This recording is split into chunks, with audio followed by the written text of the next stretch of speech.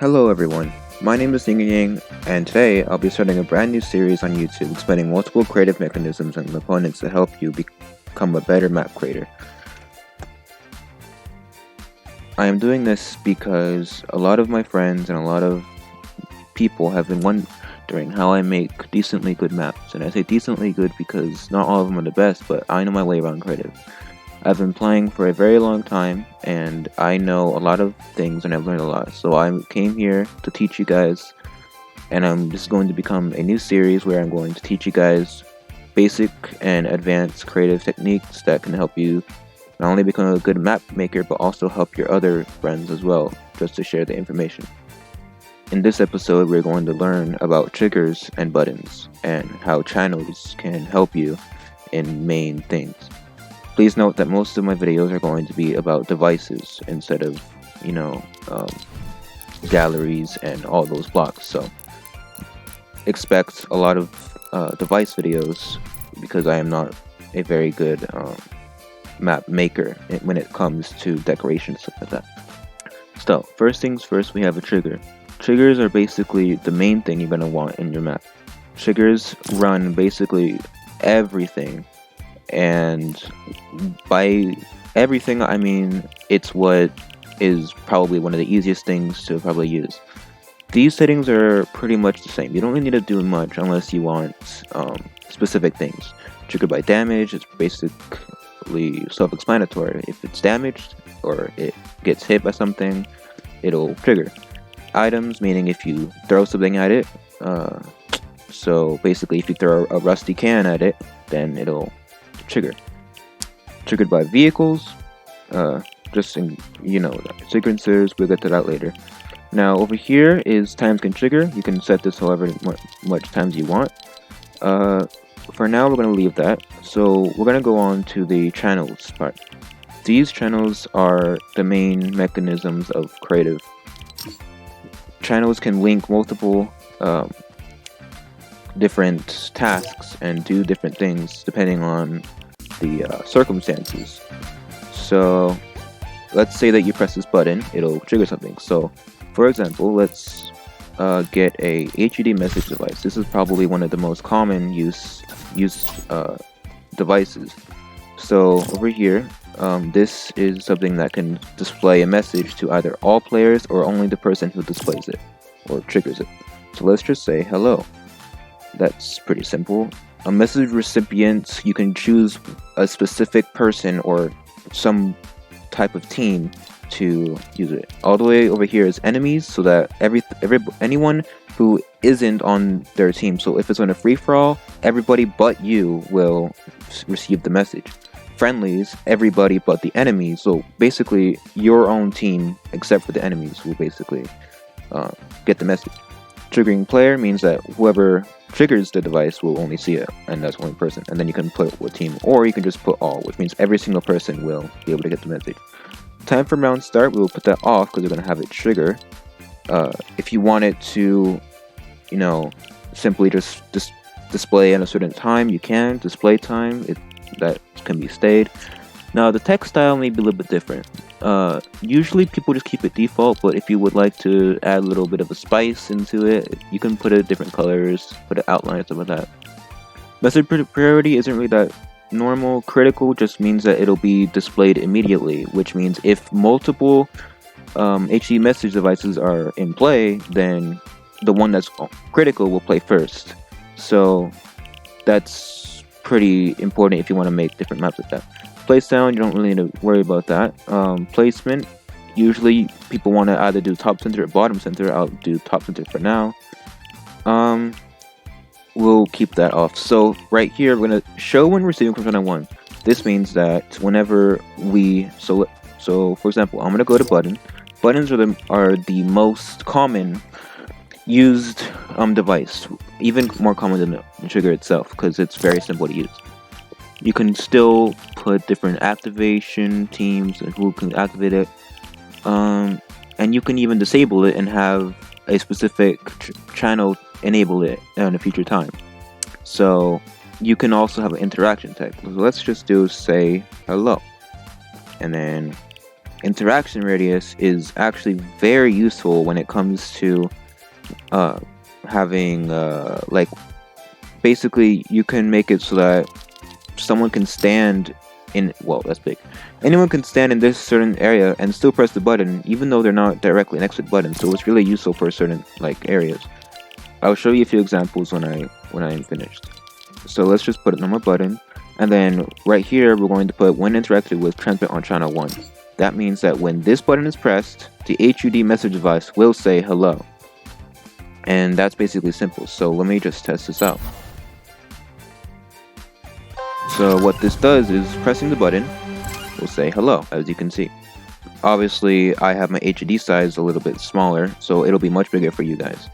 So yeah, that's basically what the button does. Now I'm going to show you a couple more advanced techniques right now. So another technique you can use is have the trigger transmit depending on how many times you pressed a certain button or how many times the a channel transmits onto it. So right now the trigger's on 1, but you can have it all the way up to 100, which means when it's pressed 100 times, it'll trigger then. So let's just put it at 5 so that it'll be simple. So when triggered, transmit on channel 2 this time. That means that it'll do something else. So when you press this button, it'll trigger the trigger once, so that you have to press this button 5 times in order for it to say the hello. But to do that, we have to change this to channel 2 this time. So yeah, now let's test this out and see if it works. So now it shouldn't play. As you can see, you heard the noise. If we press it one more time, it won't work. But then, if we press it one more time, it'll say hello. And then it'll cycle again, as you can see. 5. Every 5 times you press this button, it'll say hello. And that is another advanced technique that you can use. Now I'm going to go over some more advanced techniques that will probably help you with different game modes like free-for-alls and getting different items. Now that we went over basic channel functions, we can start doing more very advanced techniques. In different free-for-all games, we have multiple different devices so that you can get your weapons. Different things that you can use are things like item spawners, item granters, vending machines, and item spawner plates. Now, item spawner plates are probably one of the most used in, weaponry type games, which free-for-alls, team deathmatch, stuff like that. It's really simple. All you gotta do is just drop a weapon. Any weapon will do. However, some people don't realize that you can actually edit the item spawner plate to do different things, like delay the spawn time or how long it takes. You can even completely disable it from spawning in certain instances. So let's say that it's only 1 second long, or you can even do it instant so that when you pick it up, it won't have to wait 15 seconds to pick up again. You can also have bonus ammo, which gives you ammo automatically, which sometimes isn't really needed if you have infinite ammo on. You can also spawn item with a channel, and you can even do different things like that. And that's basically it for that one, and it's pretty easy to use actually. Many beginners use this, but there's many better ways of doing this that are much faster or much more advanced. The next item device is a item spawner. Item spawners give an item, but in a more unique way. So over here you can do the same thing as the thing, but instead of just instant, you can put it as never, which means it won't spawn unless a channel says so. So let's test it out right now. So time between spawns, we can do 1 second. And also a good use of this is random spawns, so that you can put multiple items and you can have it randomly pick between what item it spawns.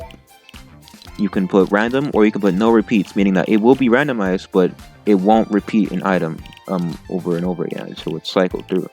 You can also put wood cost, which means that you can have some sort of shop and stuff like that, so that you can make it so that it's a very small version of a vending machine. Run over pickup and bonus app with weapons are pretty useful to have on together, because it makes it much better, and it also can simulate ground loot like in Battle Royale. Item visibility isn't really that useful in certain things, so don't really mess with that. Continuously spawning items can be very, laggy at times because it causes it to just spawn over and over again, and it won't stop until you tell it to stop with the channel. So we're just gonna keep that off. So we can have it spawn item receiving channel 1. So we're going to reset these channels by clicking on here, press reset all. And same thing with here. Well, actually, we don't really need to, but let's just put it get weapon. That's okay. I'm gonna put channel 1. We're gonna move this over here so it'll be easier to see what it does. And we're gonna make it so that it spawns the item when receiving from channel 1. And you can also make something happen when it picks up. So you can have a lot of different mechanisms in one little thing. You can have it say you picked up this item, or you can have it give you a different item when you pick it up. You can do all sorts of things. So you guys can test all this stuff out, play around, and see what everything does. So to test this out, we're going to put a couple weapons on. Let's just put a couple things over here. Put a scar, a pump shotgun, that's definitely useful, compact, why not, and a heavy sniper rifle. Let's just put that down there. So now we have 4 different weapons that can spawn right here. And when you spawn the item, it'll spawn it, but it'll spawn in order since I don't have random spawns. So since I put the scar first, it should spawn the scar before anything else. Now, as we have it right now, there's no way it'll ever cycle because time before first spawn is set to never. Therefore, it won't ever spawn again unless we put cycle to the next item material from channel 1. This means that when it's spawned, it'll cycle to the next weapon automatically, making it give it to you and cycle again, which means it spawns again. I know it kind of sounds weird, but actually it's pretty simple. So pressing the button will get the weapon. Pressing it again will spawn it again, but also cycle it, as you can see. If we didn't have that, it would just spawn the weapon and keep on spawning a scar. So that's pretty useful if I do say so myself. We can use a sniper and get it again. And it'll still spawn it after 1 second. So that's really, really handy to have. Next up, we're gonna try and I will explain to you what a item granter does and what the difference is. We'll go over vending machines in a different episode because they have some sort of different properties that we can use in later areas. Item granters won't spawn an item, but will instead give you an item directly, or give everyone an item. So you won't have to, put it. It'll be automatically invisible depending on where you put it. So basically, if you have it receiving player screen player, meaning the player who presses the button will get the item that spawned right here. So let's just make it so that when you press the item, you will get, let's just make it a jewel. Why not? Alright, so now that the jewel's put it into the thing, we can make it so that it'll give the item. So first off, before you do anything, you want to make sure that on grant action is set to keep all, unless you have it so that you want the current item to reset, so basically you won't get a duplicate amount of the stuff. This is automatically set clear inventory, and it can mess up with certain maps when you want to give something. It even counts if you give someone materials, which can be used to clear an inventory quickly.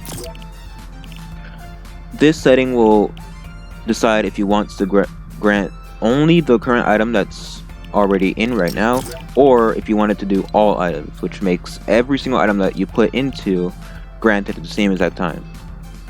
Grant condition is not really that effective when you're using it for a fighting map. So only if space means that if there is space for it, it'll grant. So that's basically almost all the time if you really need it. Only if empty means that if someone is, completely out of their inventory, it'll spawn. If they have any other thing in their inventory, it won't grant though. Always mean no matter what. Even if your inventory is full, it'll still grant, although it would drop on the floor. Granting on cycle means that when the item is cycled, which means when you cycle it or whatever, it'll, grant it. You can also choose to equip the granted item, remove item on grant, give extra ammo, or cycle behavior. You can have it to wrap, which means that it'll loop around until you pass the end of the available items, meaning that it just keeps on going, regardless of how many times you press the button. Stop will mean that if from the first item and the last item, it'll stop cycling when you get to the last item, which is kind of not really that useful because sometimes people have like shops and stuff like that setting up. So we're gonna have it grant item when receiving from Hunter 1, and that's basically it. It's not that hard to do. But unlike the item spawner, it'll go straight into your inventory. Let's test it out. So as you can see, the item granter doesn't show up unless you want it to. So pressing the button will give you a jewel, and it'll keep on giving you a jewel if you keep on pressing it. Obviously, you can disable this by making it so that it only spawns when you're empty. So that's how the item granter works. Now, before we end this video, I want to show you a couple more concepts of mine that I would like to show you guys before we end. Now, we will go over more advanced items and stuff like that in the future, but I would like to show you guys the conditional button, which is a very, very advanced button if you don't know and if you're not a beginner. Conditional buttons are a special type of button. You don't really need that right now. Conditional buttons only let you press the button if you have a certain, item, or you meet a certain requirement to press it. First off, we have team, which specifies which team can press it and which can't. And it's the same for the other ones, so that it can be used by either owning team, other teams, or every single team, or every single player. You can choose the color for cosmetic things. Interaction text, let's just make it so that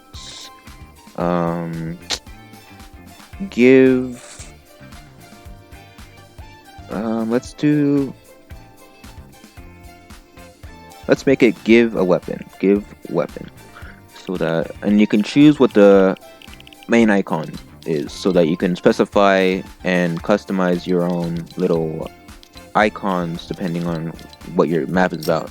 You can have it as a bomb, making it so that you can make it seem like you need this item to explode something, so that you can do like that. Or you can make it unlock a door by something like that, and I can teach you guys how to do that in the future video.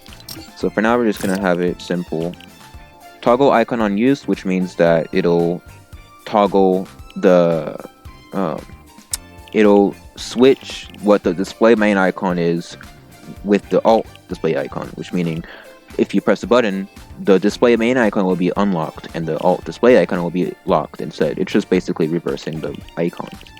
Disabling after use makes it so that when you use it, you can't use it anymore. Show key item, it's very important that you put this on so that people can know what you need. And you can specify how many key items you need so that you don't have to drop a specific amount. So let's just make it so that you need let's just make it so that you need 10 gold, or just 20 gold. Okay. And we're just gonna drop it inside right there. And as you can see, it'll have a little icon. And then after that, you can specify if you want different types of values, so that you can have it all the way up to, I believe, 1000. Yep, no, 999. Although, you can make it whatever it gives you. Consume key items makes it so that when you use it, it removes 10 or however much you put of those items from your inventory. And if you put all key items required at once, meaning that if you have all of them, this option is pretty confusing because it's basically so that basically if you have had 10 gold before, it'll still let you press it, but turning this on will make it so that you have to have it in your inventory to do it. If you put it no, you can make it so that you can slowly get your way to 10 coins by putting 10. You understand eventually. Then here is what you need to do. So resetting it will make it so that it'll reset all the items that was there. So it'll basically reset the number of items that are inputted into it and just make it so that it can be used again. So we're not going to really worry about that. For now, we're going to put WinActivated Transmit on channel 1, and for testing purposes, we're just going to have where is it? Item granter. I already have it made hotbar, and we're gonna just drop just a single bit of gold, and we're gonna have to press it 10 times, one time. So now we're gonna have it so that when you, I'm just gonna put the settings real quick. Give me a moment. All right, so this just basically gives you gold if you press the button. Let me just add a button real quick, and we should be able to do this. So this button will give a single gold. So we would have to press it 10 times to get a 10 gold. Press 1, and let's make this do something. So let's just make it so that you get a weapon. So that let's copy this, and to save us some time, we can just press settings and press clear items. And any device that allows you to put items in, this will be a setting once you put an item in. So instead of having to delete the item, you can just press clear items and then press OK. And then all the items that are in the thing will be cleared, so that you don't have to completely restart the device again. That's very useful information to know. So make sure to keep that in mind. So let's just make it give an assault rifle, compact, and a sniper like before. But this time, let's make it so that you get it all at the same time. So it'll become a, it'll basically make you have a full loadout when you press the button. And make it transmit on channel 2 this time. So now that that's working, we should be able to do all of this. And let's see if it works. Alright, so we got the thing, and it should, it should show us our amount of gold that we need. And if you press this, we'll get 1 gold, as you can see in the bottom right corner. Let's just press this 10 times. 9, 10. Alright, so now pressing this button will give us 4 weapons, as you can see. It's fully functional, and you can customize it however you want to give you anything. So that's how you use different buttons. That will be all for this episode. Next episode, we'll be going over more advanced devices and different areas on how to make more maps like a lot better. Thank you guys so much for watching. I hope this helped you a lot, and I will see you guys in the next creative video.